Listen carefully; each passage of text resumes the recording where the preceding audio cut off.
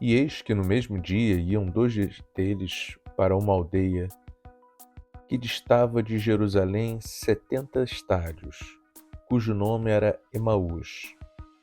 E iam falando entre si de tudo aquilo que havia sucedido. E aconteceu que, indo eles falando entre si e fazendo perguntas um ao outro, o mesmo Jesus se aproximou e ia com eles. Mas os olhos deles estavam como que fechados, para que não o conhecessem.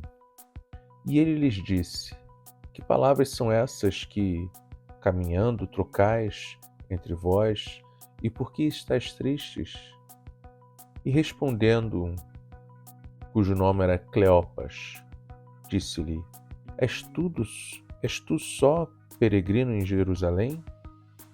E não sabes as coisas que nela têm sucedido nesses dias? E ele lhes perguntou: Quais?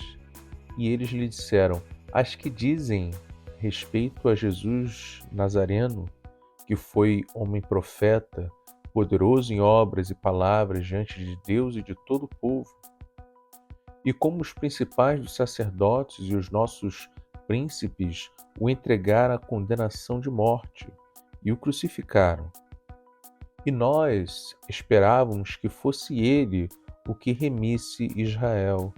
Mas agora, sobre tudo isso, é já hoje o terceiro dia desde que essas coisas aconteceram.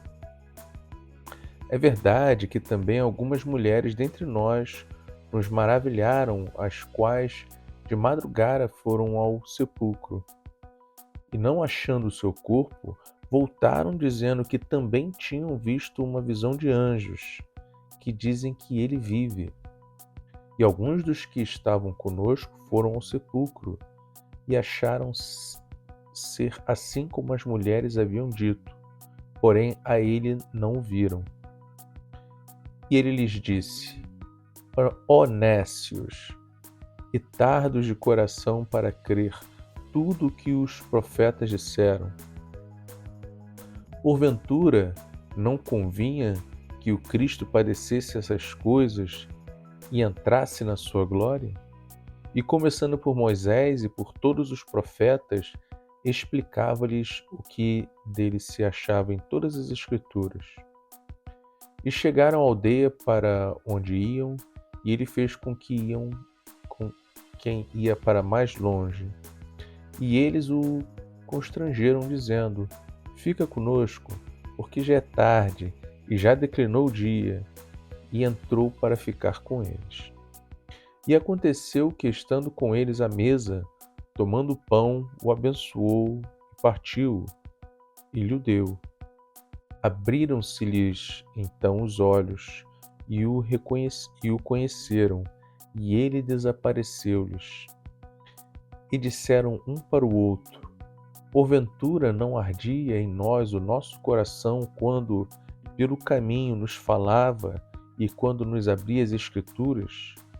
E na mesma hora, levantando-se, tornaram para Jerusalém e acharam congregados os 11 e os que estavam com eles, os quais diziam: Ressuscitou verdadeiramente o Senhor e já apareceu a Simão. E eles lhes contaram o que lhes acontecera no caminho e como deles fora conhecido no partir do pão.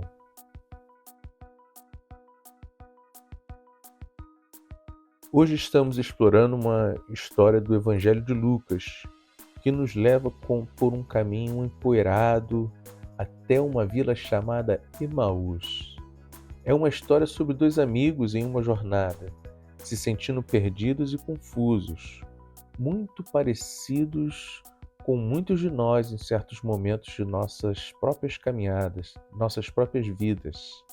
Mas também é uma história de esperança e revelação, lembrando-nos de que mesmo em nossos momentos mais sombrios, Jesus está caminhando ao nosso lado, pronto para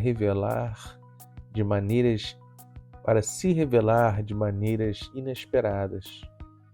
A jornada do sofrimento. Imagine-se em uma longa caminhada se sentindo sobrecarregado por preocupações e tristezas. Foi assim que os dois discípulos se sentiram enquanto se dirigiam a Emaús. Seus corações pesados com os eventos recentes em torno da crucificação de Jesus, como eles todos enfrentamos momentos de sofrimento e confusão. É fácil se sentir perdido e sozinho, incapaz de enxergar além da nossa dor. A revelação de Jesus Cristo. Apesar de sua tristeza, Jesus se junta aos discípulos em sua jornada. Ele ouve suas preocupações e os guia gentilmente para a compreensão. Assim como Jesus abriu as Escrituras para os discípulos, ele nos oferece orientação por meio de seus ensinamentos e da sabedoria encontrada na Bíblia. Suas palavras têm o poder de acender a esperança e a clareza em nossos corações. O encontro à mesa. Conforme a noite se aproxima, os discípulos convidam os seus novos companheiros para compartilhar uma refeição.